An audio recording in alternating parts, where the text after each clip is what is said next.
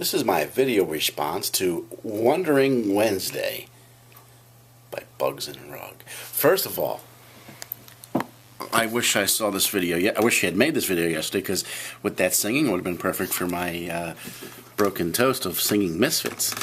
But as far as the whole reincarnation thing, I just think it's a romantic notion that we want to believe that, you know, we were here once before. I think it's just that it's just, why do people believe in ghosts and gods and everything else in an afterlife, is because a lot of people just do not want to accept the fact that this is it, that this is the only, this is it. And even I kind of feel sometimes like that's, you know, it's kind of a bummer, you know. But then again, what if you go on to something that's a lot worse than what's here now? That's kind of what makes me wonder. But I think as far as the reincarnation thing, I you know, we experience a lot of things in our lives. We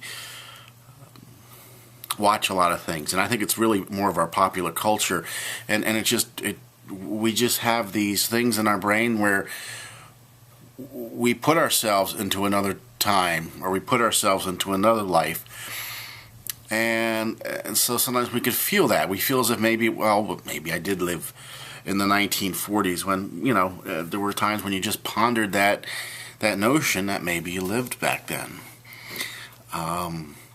I think that's a key factor there. Let's see. Another thing too is that people who think that they were reincarnated feel like people that they meet, they've met before. And I think, well, like, you know, I was born in New Jersey. I mean, what if my previous life I was in India, or if I was in Africa? You know, it's funny how people get reincarnated. People who think they're reincarnated is always in the area where they've been or where they live. They don't think that maybe they could come back in Australia or whatever. And I think it was what's his name? The guy that does that's in the wheelchair, The Brief History of Time, Hawkins. Now, I don't know where he got this notion from, because I think he's an atheist, but he feels like reincarnation, and this is an interesting thing. I always just thought about this as a kid, because I used to always ponder things like that when I was younger. But one of the things he said is, what if we be reincarnated into the past? Like, what if you come back what if you die and are reborn in the 1920s? And I think that's pretty interesting. And it could be fun, really, but I'm a realist, and I know that, you know, there's been no scientific explanation for any of it. Even non-scientifically, you really cannot prove it.